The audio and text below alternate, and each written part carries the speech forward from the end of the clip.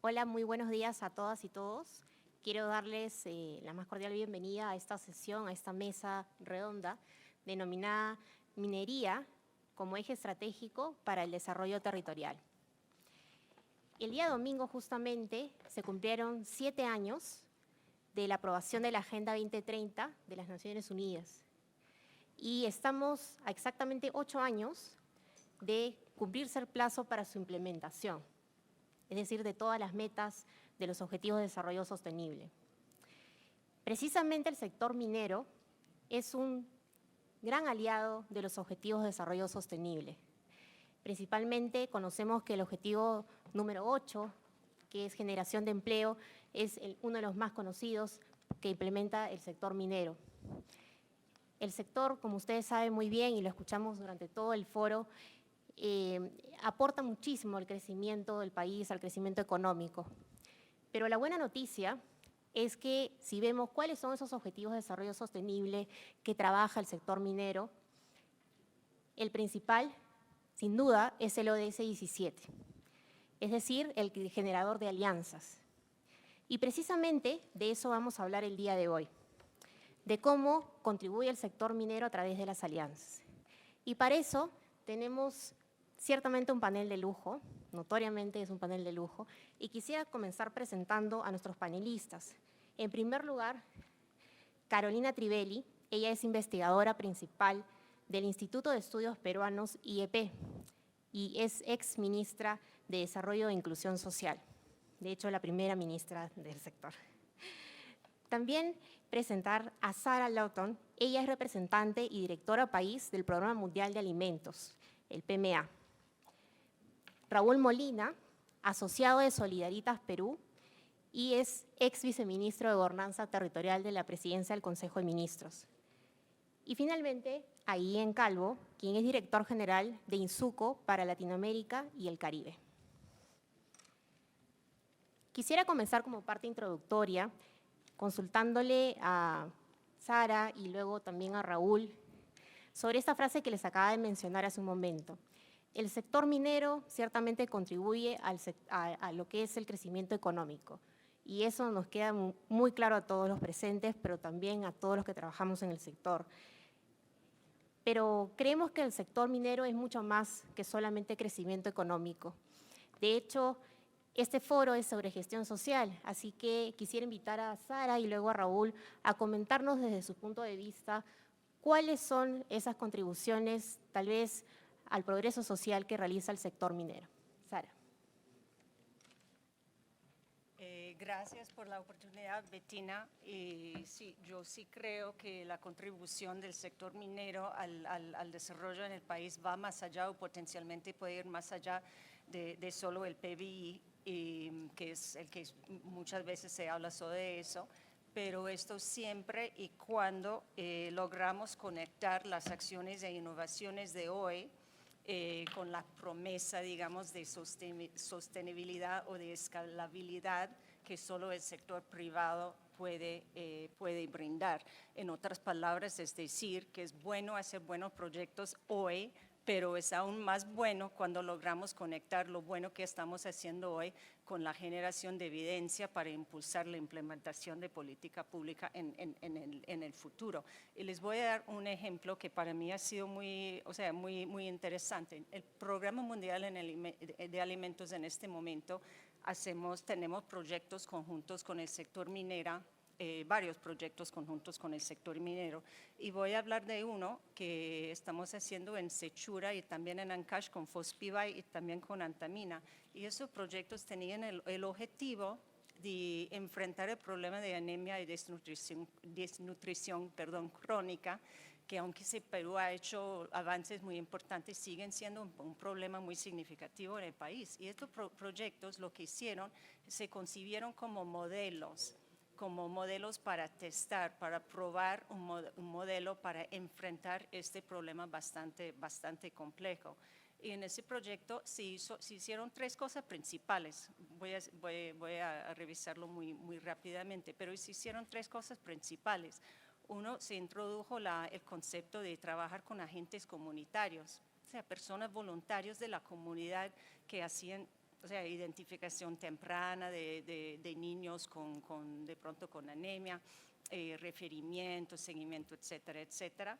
Y se hizo también, bueno, fortalecimiento de capacidades de personal de salud y en alguna manera módulos productivos. Y eso funcionó, eso es lo que quiero decir, eso funcionó. En los últimos 3 años en estos proyectos, lo que vemos es que hemos juntos logrado crear un modelo que funciona en la reducción de la desnutrición crónica, en la anemia, entre 5 y 6% en los dos lugares. Esto es muy significativo, aún más si piensan que eso fue durante la época de pandemia. Bueno, lo que quiero decir es esto.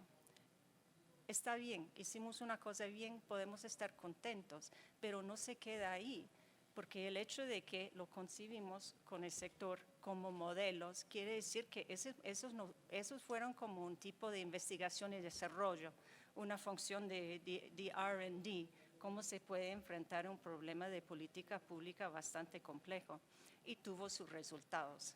O sea, en el 2019, por primera vez, fuimos juntos, PMA y el Ministerio de Salud, al MEF, y el MEF asignó recursos a los mismos agentes comunitarios por primera vez. Y ahora estamos completando la segunda fase del proyecto. Va a haber evaluación porque siempre se basa en evidencia, y vamos a volver con otra propuesta de política, si la evaluación así lo indica, para que estos agentes comunitarios se expandan. Ese es un ejemplo de lo que quiero decir, que se puede lograr aún más vinculando lo que se hace hoy con la acción concreta por el Estado mañana. Por eso se necesita un puente. Vamos a hablar más de eso, yo creo, en el futuro. Muchas gracias, Sara. Raúl, la misma pregunta. ¿El sector minero es más que PBI? Puede ser más que PBI, también podría ser solo PBI. O sea, las empresas mineras en estricto sentido podrían ir, extraer el mineral, eficiencia, mirada hacia adentro y hacerlo, pero no es posible. O sea, creo que la principal constatación que hay que hacer es que no es posible, porque las empresas mineras llegan a lugares donde ya hay historia, ya hay gente, ya hay un pasado y hay necesidades. Entonces, yo creo que no es una opción, es inevitable que las empresas mineras participen en el bienestar y en el progreso de los territorios donde operan. Felizmente, la mayor parte de las empresas mineras están entendiéndolo y están haciendo cosas como las que Sara acaba de compartir con nosotros. Pero hay muchas otras cosas que se pueden hacer y que unas y otras están intentando, y muchos estamos trabajando en cómo operacionalizar ese desafío y esa apuesta. Pero mi principal convicción es que no es posible no hacerlo, porque si no, la actividad en el mediano y largo plazo no es viable, porque la gente que está en los lugares donde opera la mayor parte de la minería, que son principalmente rurales con muchas brechas, no va a aceptar convivir con un generador de PBI que no comparta parte de las capacidades que trae y parte de los recursos que trae y que lleva con el progreso de esas familias. Entonces, lo que está en medio de la mirada minería y progreso social es la gente y el territorio donde la gente vive. Y eso es la mirada que no podemos evitar y que esperamos que crecientemente las empresas la conviertan como la razón de ser de la inversión social que realizan. Muchas gracias, Raúl y Sara, por sus comentarios. Ciertamente existe una oportunidad en el sector minero de convertirse en ese actor catalizador del desarrollo en los territorios donde trabajan. Y pasando al tema ya de desarrollo territorial, Guillén, conociendo tu experiencia y cada vez que conversamos tú respiras prácticamente desarrollo territorial, ayúdanos por favor a definir este concepto. ¿De qué se trata? ¿Qué implica? Gracias, Bettina, y gracias por mencionar que respiro desarrollo territorial.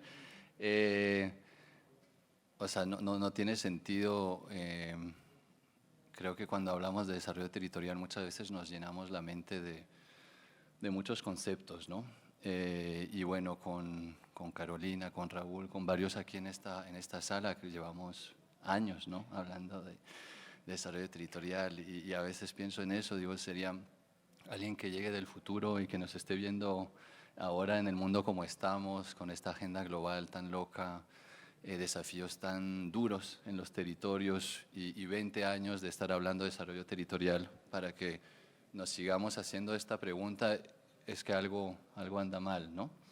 Y entonces, y hablo desde ahí lo personal, a mí me han formado en una mirada de que el desarrollo territorial o el enfoque territorial es un proceso, y es un proceso transformador. O sea, yo lo he entendido así.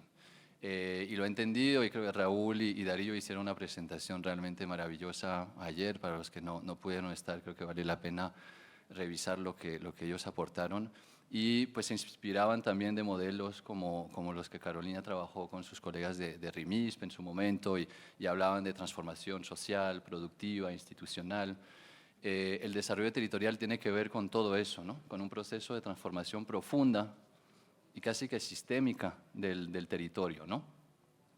Y lo puedo decir así, y finalmente seguimos sin entender bien a qué nos estamos refiriendo, ¿no? Puedo hablar de que es un enfoque multiactor, multisectorial, donde trabajamos en redes, y sí, la gente dice, sí, chévere, pero ¿cómo es esto en la práctica, no?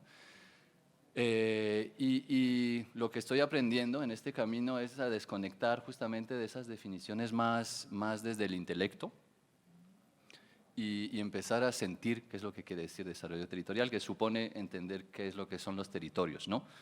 Esto daría para mucho, pero Carolina decía ayer al final del panel en el cual estaba, decía al final el territorio son relaciones sociales, ¿sí? Entonces partamos de eso, de que si el territorio son relaciones sociales, un desarrollo territorial es un desarrollo que busca transformar esas relaciones sociales hacia una visión compartida de cierre de brechas, de sostenibilidad, desde las relaciones sociales. Entonces, eso quiere decir desde el individuo, ¿sí? No solo desde las organizaciones. Y eso creo que es importante, porque obviamente creo que el cómo lo logramos, estamos logrando en diferentes territorios mostrar que sí se puede lograr. En tiempos que son largos, sí, que no son coherentes con los instrumentos de planificación, del MEF, de la cooperación internacional, de todo, sí. Hay una incoherencia grande entre el tiempo de los proyectos y los tiempos de proceso en territorios. Pero yo he aprendido que cuando uno vive en los territorios y siente los territorios, no solo los piensa, entiendes que las brechas de desigualdad son tan grandes que obviamente el desarrollo territorial es una apuesta de cierre de brechas, pero sin ponerme aquí muy emotivo con esas cosas, creo que es importante empezar a hablar más también desde nuestras emociones. Yo creo que lo que no hemos logrado es justamente emocionarnos con el desarrollo territorial, ¿sí? O sea, ese tema nos entra por acá y lo vemos en informes, pero no lo estamos convirtiendo en algo, cuando son realidades bien duras o bien entusiasmantes en territorio, ¿no? Y yo escuchando a Raúl y Darío, sobre todo al final de su presentación, decía, ¿será que el desarrollo territorial es como un grito de humanidad? De alguna forma, en territorios, en particular territorios mineros, que tienen una particularidad. O sea, creo que acabamos de entender que el territorio minero, no nos gusta el término a nadie, pero el territorio minero tiene comportamientos y particularidades bien específicas. Y una de las particularidades de los territorios mineros es que están inmersos en una transaccionalidad, en una cultura material que los tiene a veces incluso podridos por dentro, ¿sí? A nivel institucional, a nivel de liderazgos, a nivel a veces mismo de las empresas. Entonces, lo que creo que cuando hablamos de desarrollo territorial en el contexto de territorios mineros, abordemos esto como un caso en particular, una unidad de análisis que tiene sus parámetros, y asumamos que el desarrollo territorial en territorios mineros supone ir a ganarle espacio justamente a esa cultura de la transacción, a esa cultura de la negociación, del que es más fuerte va a ganar siempre, y empecemos a meter ahí temas de liderazgos, temas de diálogos, temas de ciudadanía, de datos, porque el cómo creo que lo sabemos manejar. El activar eso, la chispa, ahí es donde todavía nos toca ponernos un poco pilas. Eso. Gracias, Guillén. Creo que nos has dado interesantes características que contiene el concepto y me quedo con el de humanidad, que creo que es el más necesario todavía. Quisiera continuar, justo Guillén te adelantaste a comentar lo que ayer presentó Carolina Raúl y Darío, que no está ahora, pero también estuvo Paola Bustamante, ¿cierto? Ellos desarrollaron una propuesta de desarrollo territorial muy interesante y todavía está en proceso. Y justamente a Carolina le quisiera preguntar sobre este modelo que están trabajando, ¿cuál debería ser el rol de los actores? A veces los actores los vemos como estancos, separados, cada uno con un rol y no trabajan entre sí. Entonces, ¿cómo debería ser la interrelación entre actores en este enfoque de desarrollo territorial? Gracias, Bettina. Voy a seguir sobre el hilo que ha planteado Guillén. El territorio son relaciones sociales, ¿no? Entonces, siempre cuando pensamos o escuchamos desarrollo territorial, pensamos en el mapa, ¿no? ¿Cuál es el mapa y dónde dibujo cuál es mi territorio? Y en realidad es un territorio que se mueve, de límites móviles, porque dependen de cómo las personas que están y las organizaciones que están en un determinado lugar comienzan a generar nuevas relaciones económicas, sociales, culturales, políticas con su entorno, ¿no? Entonces pueden hacer crecer o achicar el territorio dependiendo de distintas coyunturas.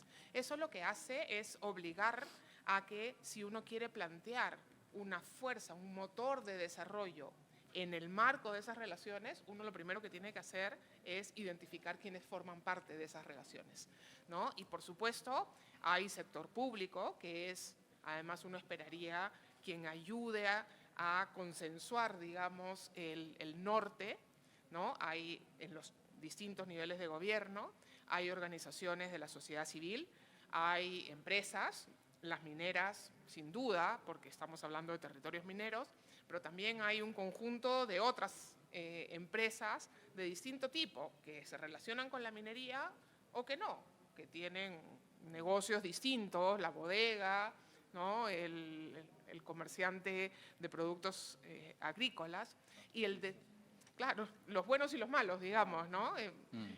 Y el desafío del desarrollo territorial es lograr sentar a ese conjunto de actores que generan esta idea de territorio como construcción social y preguntarles si tienen un norte común, si en algo están de acuerdo pensando en su futuro, en qué ayuda a ese territorio a tener más oportunidades, mejores sistemas de protección para los más vulnerables, condiciones mínimas para que surjan nuevos emprendimientos económicos o sociales o culturales o políticos, ¿no? Y lo que tiende a suceder es que miramos simplemente al Estado, a la empresa minera y a la comunidad organizada, que generalmente es tomada en consideración porque genera un conflicto, ¿no? Y entonces ahí, sí hay que sentarlos a conversar. Y creo que ahí partimos ya de un problema, porque necesitamos partir de un paso atrás, ¿no? De dónde, de qué tipo de relaciones generan qué actores, que necesitamos primero que tengan algún acuerdo sobre su territorio. ¿Para dónde va su territorio? ¿Qué le falta a su territorio? ¿Qué tiene de oportunidad su territorio? Y esa mirada no es la suma de la mirada de todos, es una mirada conversada. Y para conversar, para tener un diálogo, lo primero es que hay que saber escuchar. Y creo que todos pecamos de que vamos a diálogos para convencer al otro de que yo sé algo que ellos no saben, ¿no? Y que yo tengo una visión que es la correcta, cuando creo que lo que tenemos que hacer más es escuchar al otro, es entender lo que genera sus miedos, sus visiones de futuro y comenzar a gestionar estos espacios de diálogo que permitan construir una visión de desarrollo para ese territorio. Sin esa visión, sin esa posibilidad de dialogar, es muy difícil implementar cualquier cosa. Desarrollo territorial, desarrollo a secas, PBI solo, no alcanza. Entonces, creo que tenemos que ir mucho más atrás que la situación de partida en la que comenzamos a preocuparnos por esto, que es generalmente una situación de conflicto o de carencia. Sino hay que ir a identificar esos actores desde unos pasitos más atrás, con una mirada muy amplia, porque lo que tiende a suceder es que estas relaciones sociales no coinciden con el distrito, la provincia, la región, ¿no? Generan corredores distintos, complementarios. Bueno, eso genera enormes complicaciones, pero eso no hace que dejen de estar ahí. Y entonces creo que y con esto termino, una segunda cosa que tenemos que traer a la discusión sobre qué actores, cómo deben relacionarse, es lo que planteaba Raúl respecto al rol de la minería. Están ahí, las relaciones están, existen. Podemos tratar de no mirarlas porque nos complican, pero están ahí, igual van a jugar en el territorio. Entonces, mejor traigámoslas a la conversación que después de 5 años decimos, ay, es que no consideramos al grupo tal que era fundamental para plantear una opción de desarrollo. Muchas gracias, Carolina. Ciertamente importantes lo que comentas. Me quedo con el hecho de que las relaciones siempre son difíciles de construir, toman su tiempo, pero nos estás brindando una forma más propositiva de relacionarnos entre actores, cosa que no es muy sencilla de trabajar. Y hablando de interrelaciones de actores, Guillén, quisiera volver contigo. Cuando nos interrelacionamos en un territorio, tomamos las decisiones basadas en el desarrollo territorial, estamos hablando de gobernanza territorial. Y quisiera preguntarte, ¿cómo llegamos a este proceso? ¿Cómo caminamos hacia la gobernanza territorial? Bueno, ayer cuando estábamos varios conversando de estos temas de gobernanza territorial, se me venía un poco en la idea esa imagen de las 4 patas de una misma silla. Y ayer la silla por momentos tenía 3 patas, donde decíamos esta gobernanza es comunidades, Estado, sector privado, ¿sí? Ya por la tarde ya le pusimos una 4ª pata y llegó la academia, como a equilibrar un poco esa silla, ¿no? de la gobernanza. Y me ponía a pensar, y es decir, es curioso porque esos 4 actores, es lo que dice Carolina, están en territorio, ¿sí? La pregunta es cómo los activamos y cómo definimos un norte, ¿no? conjunto. Son preguntas complicadas porque cada territorio tiene su propia respuesta a eso. Pero sería la analogía, es decir, como si tuviéramos una silla con 4 patas que hemos entendido cómo deberían funcionar. Hay que trabajar cada una de esas patas para que sea efectiva en su ejercicio de ciudadanía y de aporte a la gobernanza. Pero es una silla que no tiene asiento, ¿sí? Tiene patas.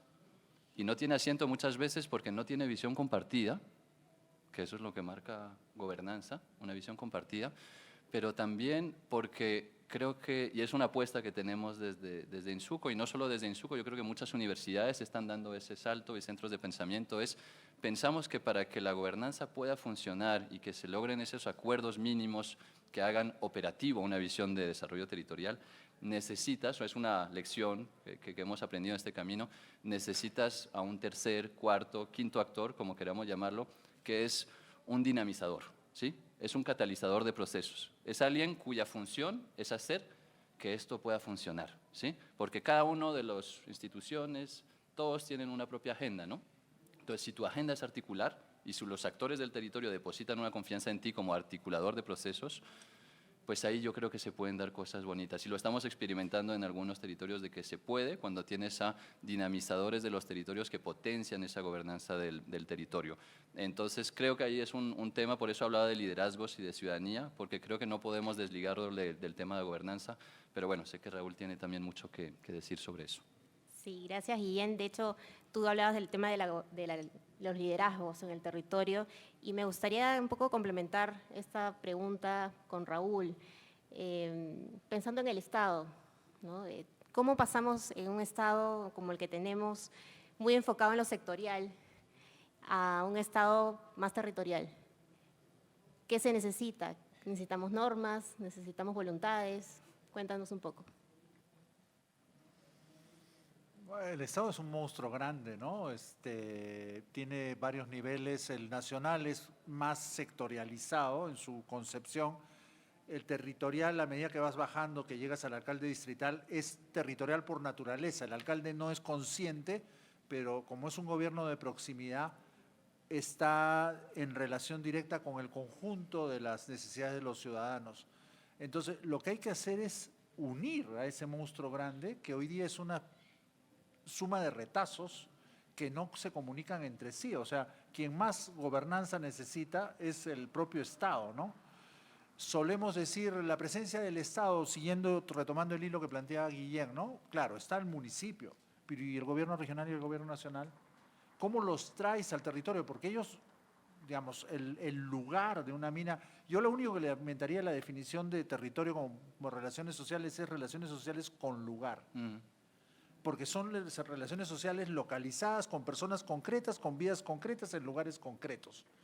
Entonces, hay que hacer que esos actores que tienen que dialogar lleguen a ese lugar. Entonces, algunos están ahí de siempre, las comunidades, la autoridad local, las empresas locales de las que hablaba Carolina, ¿no? El restaurante, el transportista, el pequeño minero que la mina nueva le genera un problema para su ilegalidad, pero fuera de esos actores está el gobierno regional, el gobierno nacional, está la propia empresa que llega de afuera y tiene que volverse parte de ese territorio, y está la academia o está esos catalizadores de los que hablaba Guillén, que a mí me gusta llamarlos cuarto actor, porque los tres actores ineludibles en este concierto son comunidades territoriales, empresas, sector privado, no solo la minería, sino el resto del tejido privado del territorio, y el Estado. El Estado local, pero hay que jalar a los otros niveles. Pero hay un sector que está afuera, que es el del conocimiento, y dentro del sector del conocimiento aquellos que podemos jugar un papel sin estar directamente involucrados en lo que dice Guillén, movilizar, catalizar, jalar, y después nos podemos ir, pero ellos se quedan. Una cosa que es clave en estos temas de gobernanza es la construcción de relaciones de confianza entre los actores. O sea, el esquema es un poco más complicado, pero lo simplificaría en 3 pasos. Diálogo para construir confianza, y confianza para construir objetivos compartidos. Solo cuando los procesos de diálogo llegan a construir objetivos compartidos, podemos estar en la antesala de la posibilidad de construir desarrollo territorial multiactor. Y para eso, para ese proceso de tránsito entre el diálogo como salida para una crisis, transitar a través de la confianza hacia el objetivo compartido, necesitamos espacios y mecanismos donde eso suceda. Eso es gobernanza para mí. O sea, es ofrecerle arenas a ese diálogo donde los actores puedan encontrarse con reglas predecibles para construir progresivamente confianza. Y alguien tiene que administrar ese proceso. Ahí es donde entra el cuarto actor, ¿no? Si lográramos desencadenar procesos de este tipo en nuestros territorios mineros, tal vez tenemos la última oportunidad de luchar contra la transaccionalidad de corto plazo. Gracias, Raúl y Guillén. Creo que ambos nos dejan interesantes recetas a seguir cuando queremos trabajar este tema. Yo sí estoy tomando nota. Bueno, agradecerles y Sara, complementando un poco lo que decía Raúl sobre el cuarto actor, ¿no? Las relaciones entre actores en el territorio cuando hay presencia minera también son muy complicadas, no son nada sencillas y lo sabemos todos acá. Pero existe un cuarto actor, mencionaba Raúl, existen entidades que son bisagras, que son puentes entre los actores que nos ayudan a dialogar y a ver cuáles son esos objetivos comunes en un territorio. Y a veces es muy complicado, a veces para las empresas, el pensar de esta manera, pero también pensando en que tienen que cumplir ciertos indicadores o metas de corto plazo en gestión social. ¿Cómo llevamos también a las empresas a implementar indicadores que tengan una mirada de largo plazo en el territorio? Bueno, gracias. Yo personalmente no creo que el corto y el largo plazo tengan que estar en oposición. Y claro, mucho depende si hay o no hay una visión conjunta, una visión compartida de lo que estamos buscando lograr. Y en ese sentido, o sea, a fin de cuentas, el corto y el largo plazo comienzan al mismo momento. No es que el largo sea una serie de cortos plazos. Y si estamos siguiendo una visión o el norte bien pensado y en común, podemos hacer cosas a corto plazo que contribuyan a un cambio importante a largo plazo. Y yo creo que en ese sentido no es tan importante lo que estamos haciendo, sino cómo de pronto estamos haciendo, ya que hay muchas visiones muy válidas de cambio. Y hay que pensar, es que nuestras inversiones están como pensadas, están diseñadas a producir un impacto sostenible o no. Y yo creo que el sector privado tiene una oportunidad muy, muy grande, como de pronto dije antes, a probar soluciones prácticas a problemas muy complejos y siempre cuando hay, como dijiste, un puente entre actores. Y bueno, eso como statement general, si lo puedo como traer a un tema en particular, que es el tema del hambre y nutrición, como solo para hablar de un tema particular. Si tuviera que sugerir algo, sugeriría mucho que invertir y pensar en el intangible, en el capital humano y en la nutrición como un tema ideal en el que se puede invertir, ver resultados a corto plazo, pero también contribuir a un cambio importante y necesario a largo plazo. Y el Banco Mundial sacó hace rato un reporte que dice, en términos de rendimiento, así se dice, rendimiento de la inversión, $1 invertido en nutrición trae $16 de beneficios en términos de salud y productividad. Y también vemos que el no hacerlo también trae un costo, de pronto un costo mucho más grande. De hecho, la malnutrición está, perdón si hablo siempre de este tema, pero te lo esperabas, ¿no? Invitando al Programa Mundial de Alimentos. Pero está costando mucho a los países y está costando mucho a Perú. Hicimos hace poco con el CEPAL, Comisión Económica para América Latina, y con el Ministerio de Salud un estudio, o sea, hemos hecho en varios países en la región, un estudio del costo social y económico de la doble carga de malnutrición, es decir, la desnutrición crónica, pero también el sobrepeso, obesidad. Y quieren saber cuánto costó al país en 2019, ya antes de la pandemia, 10.500 millones de dólares, o sea, casi el 5% del PBI, 4.6% del PBI, eso antes de la pandemia. O sea, si pensamos que el sector minero contribuye, eso es como más de la tercera parte de lo que contribuye el sector minero al PBI de Perú. O sea, a esto podemos sumar el efecto de la crisis alimentaria, la crisis general de precios, etcétera, que está viviendo todo el mundo y también el Perú en este momento. Entonces, yo creo que por esta discusión, pero también para el país, de pronto el gran reto en este momento es precisamente lo que estás diciendo, hacer frente a un problema puntual, un problema, en este caso una crisis actual con medidas a corto plazo, pero a la vez pensar a más largo plazo. Y en este tema lo que se necesita es pensar a la vez en fortalecer políticas de mediano y largo plazo que permiten el logro de la Agenda 2030. Muchas gracias, Sara. De hecho, el tema de malnutrición y desnutrición infantil es una preocupación muy importante para el sector y de hecho vamos a comentar un poquito más adelante de eso, pero agradecerte que nos des esta mirada de gestión social que pueden tener las empresas, no solamente a corto plazo, sino también a largo plazo. Y ahora quisiera pasar a un tercer momento de este diálogo, que viene a ser la parte de los desafíos, de las preocupaciones que tiene el sector minero en relación al tema de desarrollo territorial. Y me gustaría comenzar con Guillén. Hay un tema que preocupa mucho al sector y creo que a diversos actores, y es que se está negociando mucho de forma transaccional. Estamos muy atentos a construir los estudios de impacto ambiental, a mirar el área de influencia directa y basarnos en ese territorio en particular.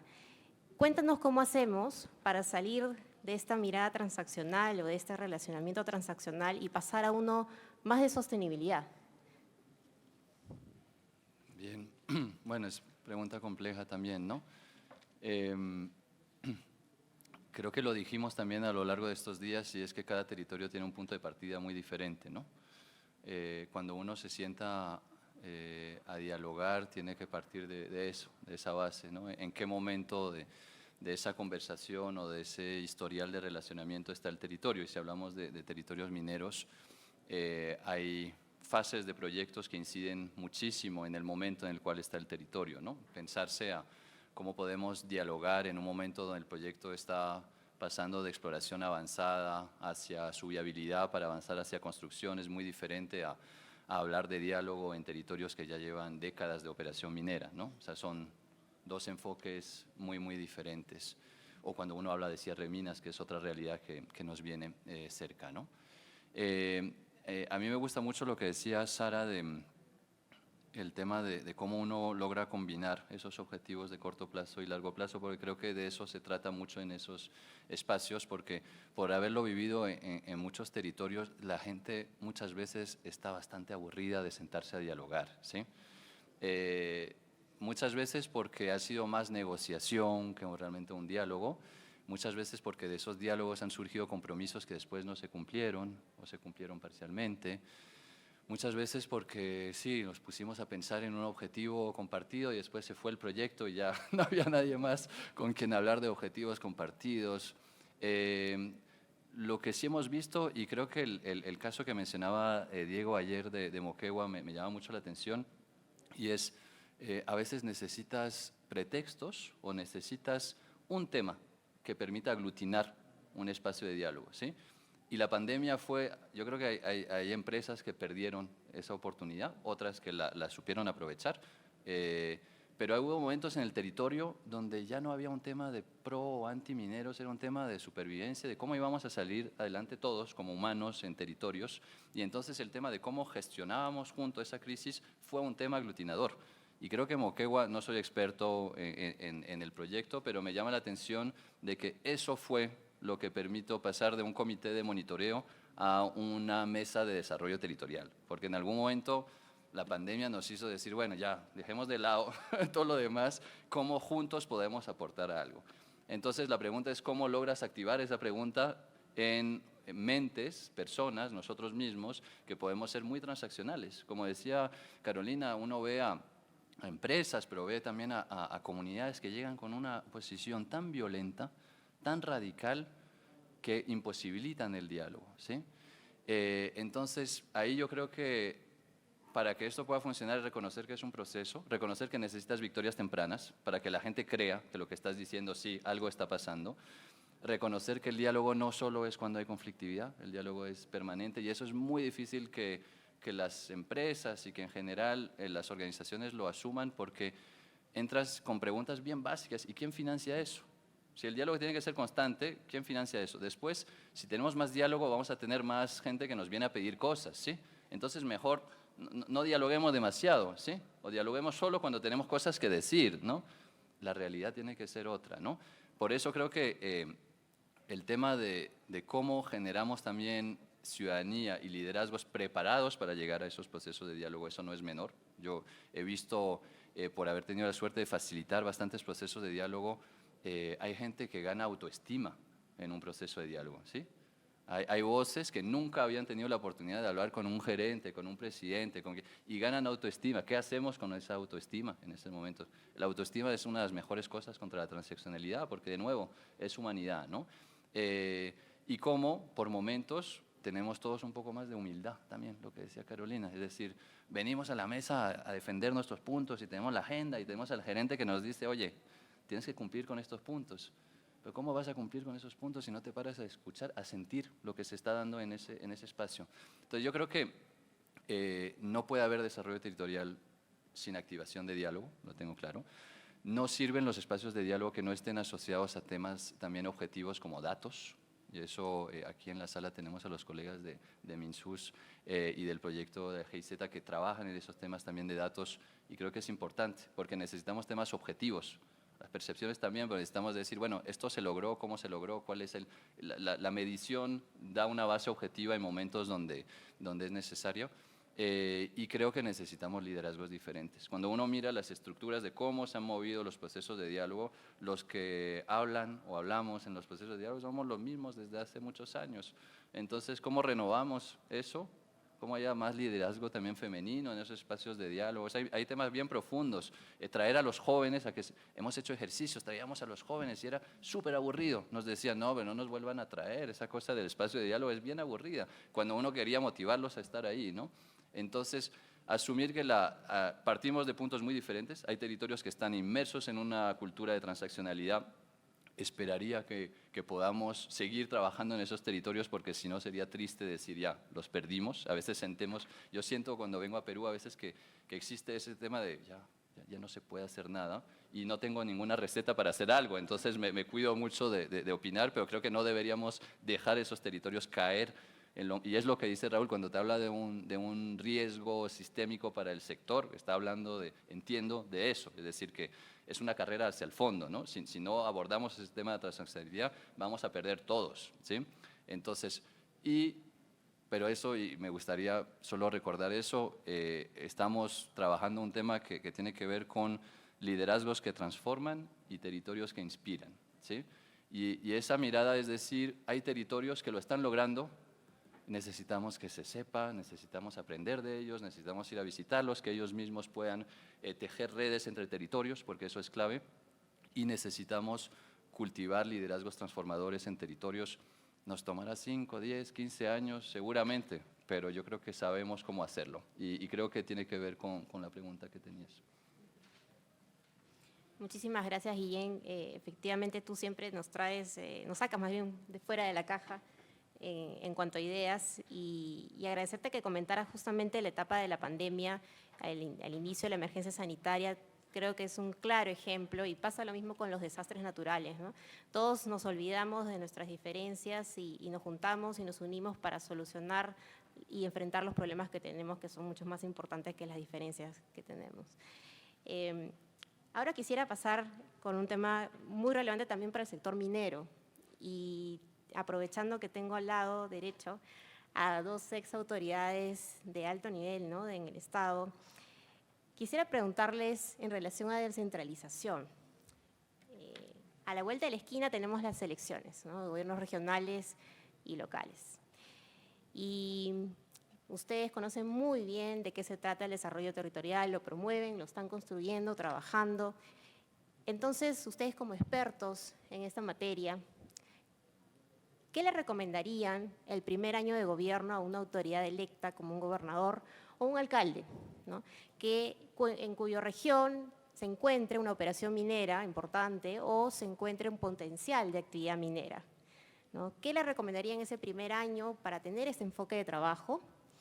Y una segunda parte de la pregunta es, teniendo en cuenta que los alcaldes y gobernadores trabajan por 4 años en esta carrera, en estos 4 años, según las condiciones que se están dando, según el marco legal que tenemos, según la estructura, el modelo de descentralización que tiene el país, ¿es posible que como estamos, las autoridades puedan cumplir todo aquello que los ciudadanos esperamos de ellos?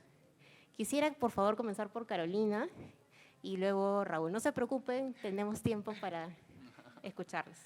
A ver, probablemente la descentralización ha sido la reforma más ambiciosa que se ha hecho en los últimos años en el Perú. Una reforma muy ambiciosa con poco resultado, ¿no? Y tiene problemas y hemos sido bien poco capaces de ir mejorando nuestro proceso de descentralización. Ese proceso de descentralización ha estado acompañado de un proceso de cambio en la política y las formas de hacer política, sobre todo con una repercusión en lo local y en lo regional. Y eso nos lleva a esto que Guillén ha resaltado en sus intervenciones. Cada punto de partida es distinto. Entonces, hacer una recomendación a las nuevas autoridades locales en general, creo que es bien vacío. Creo que, de nuevo, lo primero que tenemos que hacer es entender la dinámica con la que llegan esas autoridades locales a ser elegidas.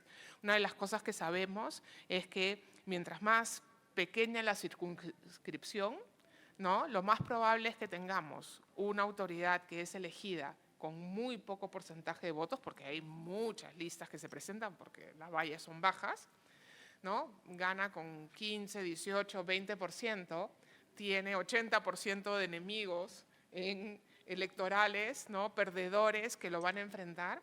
Y entonces el primer objetivo de esa autoridad electa es sobrevivir, ¿no?, es mantenerse en el cargo, con lo cual ya uno parte de una situación distinta a es su primer año, tiene que planificar lo que va a hacer. Probablemente lo que tiene que planificar es cómo se va a quedar sentado en el cargo, ¿no? Y eso impone una dinámica a su gestión que uno no puede descuidar.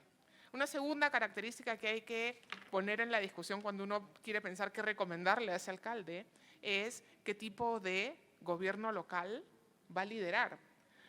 porque 1.200 de los 1.874 distritos son gobiernos locales que tienen entre 5 y 8 trabajadores, ¿no? Son estos rurales pequeñitos, que tienen unas capacidades muy limitadas. Entonces, no es que los vas a encontrar ahí al gestor social capaz de convocar a un diálogo multiactor en su territorio, o sea, ni de generar un expediente técnico para hacer la gran obra, ¿no?, que la población quizá más valoraría.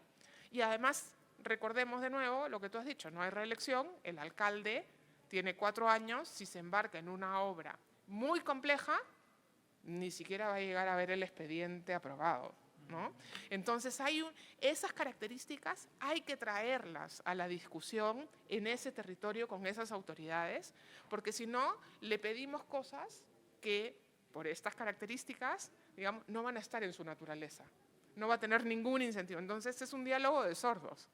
Insisto, lo primero que tenemos que hacer antes de darle una recomendación a una autoridad local es entender, ponernos un minuto en sus zapatos, ¿no? En esta lucha de poderes política en la que está, en los recursos y las capacidades con las que cuenta, ¿no? Incluso si tiene muchos recursos de canon, ¿no? Eso, bueno, qué bueno, tiene recursos, pero necesita algo que transforme esos recursos en aquello que quiere compartir con la población. Y lo otro, que no quiero dejar fuera, es que una oportunidad que desaprovechamos sistemáticamente y que creo que Diego lo mencionó ayer con mucho interés, es que una de las cosas que sí tenemos que hacer en cualquier contexto es poner más información en ese diálogo, ¿no? Más información que logre generar, ¿no?, credibilidad y consenso. No hay posibilidad de construir confianza si todos leemos y desconfiamos de lo que dice el otro. Entonces, eso solamente lo logramos cuando ponemos información. ¿Quién pone esa información? Bueno, puede ser este cuarto actor que decía Raúl, puede ser el propio Estado, puede ser la propia comunidad, pero tienes que llevarlo y pasarlo por el tamiz de estos distintos actores para que se vuelva información creíble. En el momento en que todos estamos leyendo la información distinta, información básica de las capacidades del alcalde, de los recursos disponibles, de los plazos que toman hacer las cosas, no hay forma de que generemos esos quick wins de los que hablaban Sara y Guillén.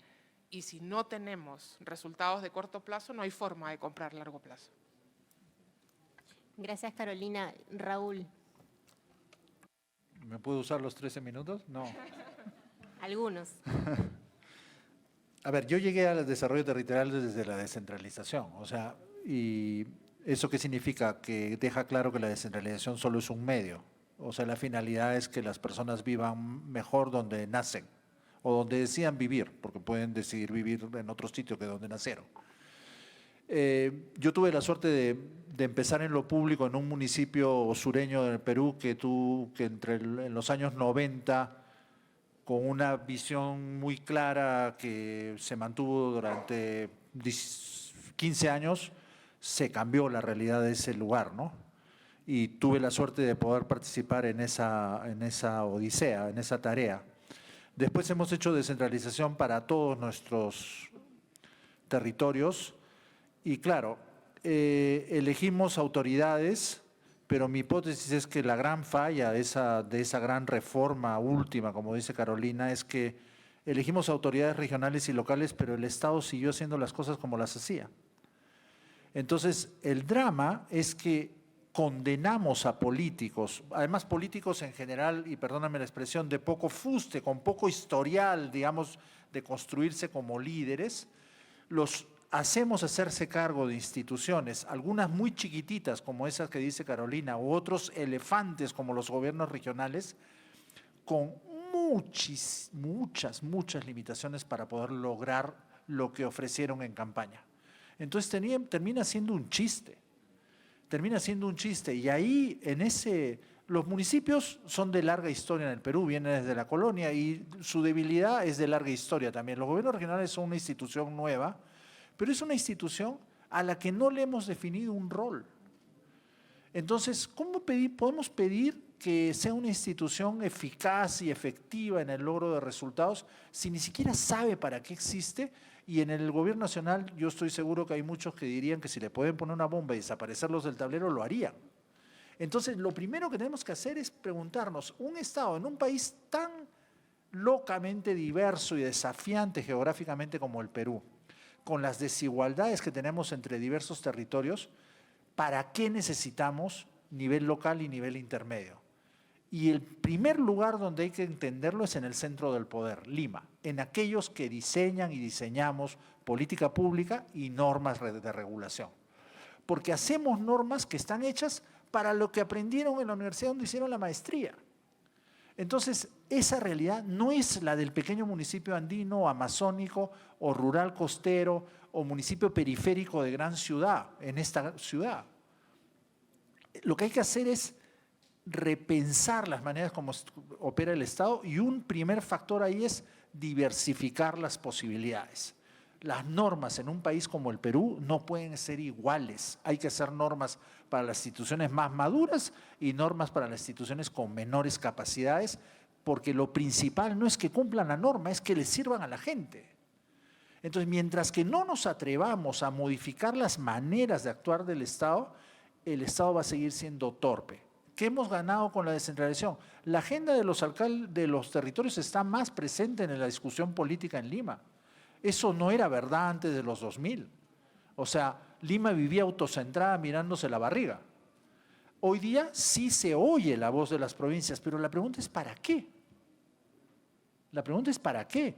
O sea, tiene que servir para que haya mejores instrumentos para responder a las necesidades de la gente. Yo le firmo a Guillén lo que dijo, o sea, las experiencias exitosas a nivel mundial de desarrollo territorial, de saltos cualitativos en las condiciones de vida en determinados lugares, han sido bajo liderazgo del territorio, no han sido hechas desde arriba, que el gobierno nacional magnánimo viene a hacerlo. Todas las que han habido, porque también ha habido de esas, no han sido sostenibles en el largo plazo.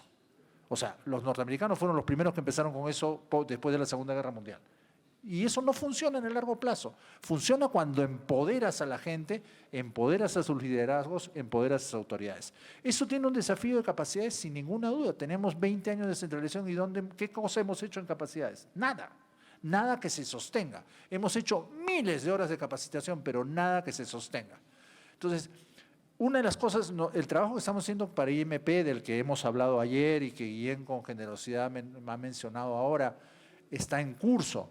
Pero una de las ideas es que ese trabajo lo discutamos con autoridades electas. Y como dice Carolina, no va a poder ser en todo lado, pero encontremos 2 o 3 casos, 2 o 3 gobernadores que se quieran comprar el pleito y que le pongan al gobierno nacional el desafío que si quieren que la situación cambie en sus regiones, eso tiene que ser una alianza de los 3 niveles de gobierno y ahí unir al sector privado y a las comunidades territoriales. Entonces, el gobierno nacional al servicio de los territorios, poniendo los incentivos, los recursos y las regulaciones que permitan sacar adelante las estrategias que se propongan los territorios. Ahí tal vez veremos que este país endemoniadamente rico, pero también endemoniadamente desafiante, puede mostrar que sí es posible cambiarle la vida a la gente. Pero mientras que querramos hacerlo de algunos escritorios en Lima, y no voy a mencionar direcciones de calles para que no me digan que estoy sesgado, eso no va a pasar, eso no va a pasar. Entonces, ¿qué es nuestra aspiración? Identificar después de las elecciones algunos gobernadores con mayor potencial, algunos alcaldes con mayor potencial que estén dispuestos a comprarse el pleito, compartir la propuesta, convencerlos y que desde su rol político comiencen a movilizar el debate, además del que está impulsando el sector minero, de que la única manera que la vida de algunos de nuestros conciudadanos en los territorios más rezagados cambie es cuando nos pongamos a trabajar juntos y el gobierno nacional se ponga al servicio de los actores del territorio para poder impulsar la estrategia de desarrollo que ellos concerten. Muchas gracias Raúl y Carolina por sus comentarios. Ciertamente ustedes deben haber escuchado mucho que el sector minero siempre está preocupado de cómo se ejecuta mejor el gasto, el presupuesto nacional y particularmente en las zonas locales donde están trabajando empresas. Creo que este tema da para hablar muchísimo más. Lamentablemente mañana se acaba Perumín. pero sí podemos proponer para el siguiente Perumín este tema, el próximo año Perumín 36, descentralización. Para cerrar una consulta más a Sara, otro tema que es desafiante y preocupante de diversas maneras para el sector minero, y lo veo en el día a día, es, si bien están bien invitándonos a trabajar en liderazgos, a construir capital social, lamentablemente nuestro país tiene muchas dificultades para trabajar eso, sobre todo si en zonas rurales nuestros niños tienen anemia, desnutrición, y ahora sí vamos con el tema que quería comentar. Tenemos más del 40% de niños entre 0 y 36 meses con anemia y desnutrición crónica, principalmente en zonas rurales. Y si bien hay empresas que vienen trabajando de manera individual o a veces en alianzas para mejorar esta situación, aparentemente no logramos mover la aguja en positivo como país. Entonces, quisiera preguntarte, Sara, ¿qué podemos hacer, no solo como sector minero, sino como actores que nos interesa el bienestar de las personas y tener un futuro, que los niños tengan un futuro próspero? ¿Qué podemos hacer para mover la aguja en este tema? Bueno, antes que todo, yo sí creo que se puede mover la aguja y todos tenemos que dar un paso a la acción, generando estos proyectos, pero que tienen su efecto multiplicador, pero que unen las personas, que unen los sectores de las patas de la silla. Y me gustó mucho una cosa que tú dijiste hace rato de que hay que tener también un tema aglutinador. Eso me encanta y les voy a proponer uno. Les voy a proponer el tema del cero hambre, porque yo sé en todas sus formas, porque yo sí creo, bueno, alrededor de este tema hay un montón de política, un montón de polémica, pero también puede ser un tema que une también la gente, porque yo creo, no importa quién somos, no hay nadie en este país que quiere que la gente se acueste con hambre y no hay nadie que quiere que el desarrollo del país sea limitado por la productividad, además del país sea limitado por la desnutrición. Más aún porque de esto depende muchas otras visiones y ambiciones que podemos tener.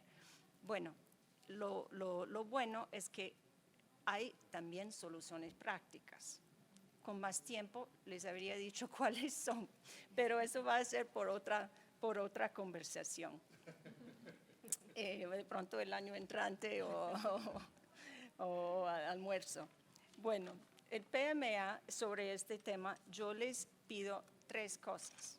Bueno, es un pedido, también es una invitación sobre este tema de hambre y nutrición. Yo les pido que nos ayuden a concientizar sobre la importancia de la nutrición en el capital humano y en el desarrollo del país. Ese es uno. 2, les pido también que nos ayuden a sensibilizar sobre la importancia de la gestión multiactor, porque como se ha dicho en varios momentos, el desarrollo territorial depende de eso, no es un sector, no es un actor. Eso es lo difícil y también lo bonito.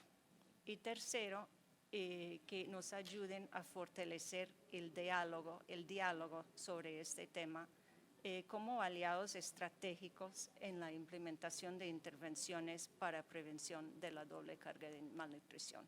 Repito, es un pedido y también es una invitación. Muchas gracias. Gracias, Sara. Definitivamente tomamos la invitación y creo que como conclusión y ya para cerrar, los 4 nos dejan grandes lecciones y oportunidades.